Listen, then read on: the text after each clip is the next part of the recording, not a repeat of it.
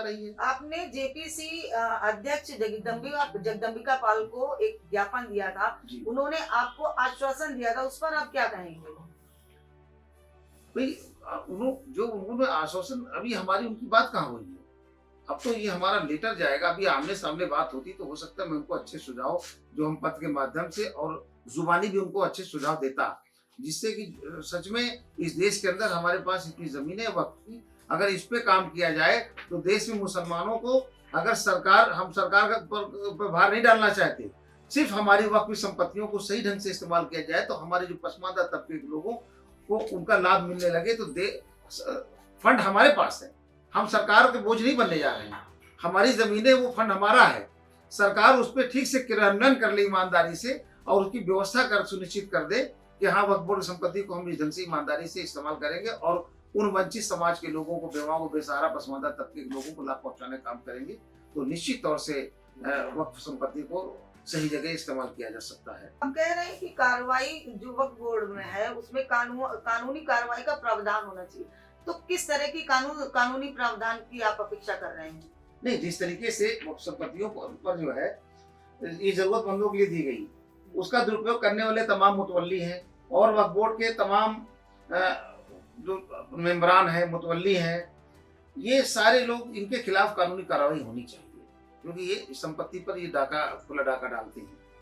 और हमको ये चाहिए कि हम कहना चाहते हैं, हमने ज्ञापन भी दिया है माननीय प्रधानमंत्री जी को और जेपीसी जो कमेटी बनी है मैंने उनको भी दिया है,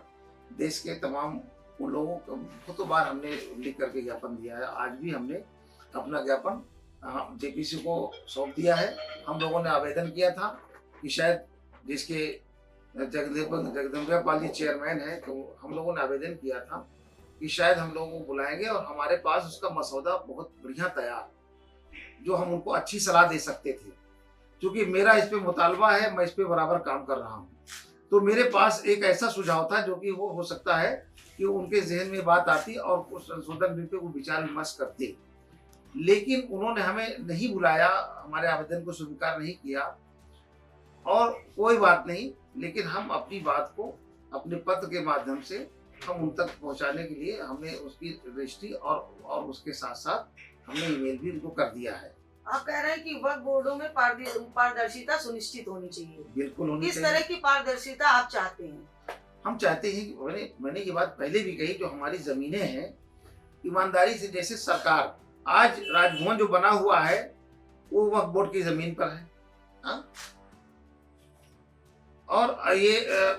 विकास भवन वक्फ बोर्ड की जमीन पर है, जिसमें गवर्नर महोदया हैं, पूरा गवर्नर हाउस, राजभवन और विधानसभा, ये सारे के सारे वक्फ बोर्ड की जमीनें हैं।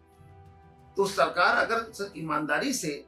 जो वक्फ बोर्ड की जमीनें हैं उसको ढंग से उपयोग करके जिन लोगों के लिए वक्फ ली गई उनको लाभ पहुंचाना चाहती है, तो पहले सरकार को सबसे पहले अपना कैरेक्टर पेश करना चाहिए कि साहब ये वक्फ संपत्ति आपकी, हमारे कब्जे में इतने दिनों से है, मैं इसका ये किराया भुगतान कर रहा हूँ और आगे भी हम जब इसको इस्तेमाल करेंगे तो वर्तमान रेट से हम इसका भुगतान करेंगे। लेकिन जो सरकार आज ये विधेयक लाई है, पहले उस सरकार को अपने गिरेबान में झांकना चाहिए कि मेरे पास क्या है। सबसे ज्यादा तो यही जमा की, यहाँ तक कि अडानी ने अपना बंगला भी वक्फ बोर्ड की जमीन पर बनाया है। असीम मंसूरी जी, आज आपने एक प्रेस वार्ता का आयोजन किया है, किन मुद्दों को लेकर के आपने ये प्रेस वार्ता का आयोजन किया है?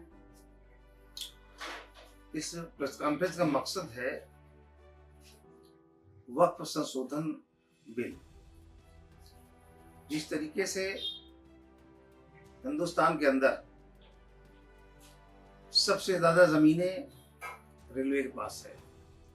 दूसरे नंबर पर वक्फ बोर्ड के पास है, तीसरे नंबर पर डिफेंस के पास है, तो आज हमारी वक्फ संपत्ति देश में दूसरे नंबर पे है। और उन संपत्तियों को धीरे धीरे जो वक्फ बोर्ड बना, वक्फ बोर्ड के चेयरमैन और उनके मेंबरान मिल करके जिस तरीके से वक्फ संपत्ति को लीज पर दे रहे हैं, लीज की जमा वक्फ बोर्ड में हो रहा है 2 लाख और 50 लाख उसकी पकड़ी लिए हैं बैकडोर से। इस तरीके से देश के अंदर जो वक्फ संपत्तियां हैं उस पे जो लोग बैठे हैं वो पूरी तरह से उस पे अपना कब्जा जमाए हुए हैं और वो चाहते हैं कि हमेशा हम इस पे संपत्ति पे कब्जा रहे और इस पे हम फलते फूलते रहे, हमारी औलादें भी, आने वाली पीढ़ी भी इसका लाभ उठाती रहे। लेकिन हमारा मानना ये है कि इस देश के अंदर जो वक्त हमारे पुरखों ने जो किया है, वो वक्त उनका मकसद था कि देश के अंदर कमजोर, बेसहारा, बेवाओं और बेरोजगार बच्चों के लिए, और जो लोग इस गरीबी रेखा से सबसे नीचे हैं, अलग थलग पड़े हैं, देश की मुख्यधारा से नहीं जुड़े हैं, उन गरीबों के लिए ये वक्फ संपत्ति ये दी गई। लेकिन आज उसके मायने बदल गए। जिन पसमानदा मुसलमानों के लिए हमारे पुरखों ने जमीन दी, आज उस मुद्दे से हटकर सरकार पसमानदा मुस्लिम समाज के जो पसमानदा तबके के लोग हैं, उनको वक्फ बोर्ड से कोई लाभ नहीं मिल रहा है, और सारा मलाई पसमानदा के अलावा जो गैर पसमानदा है वो लोग मलाई खा रहे हैं। Please subscribe to the channel and download the Politicos app from the links in the description.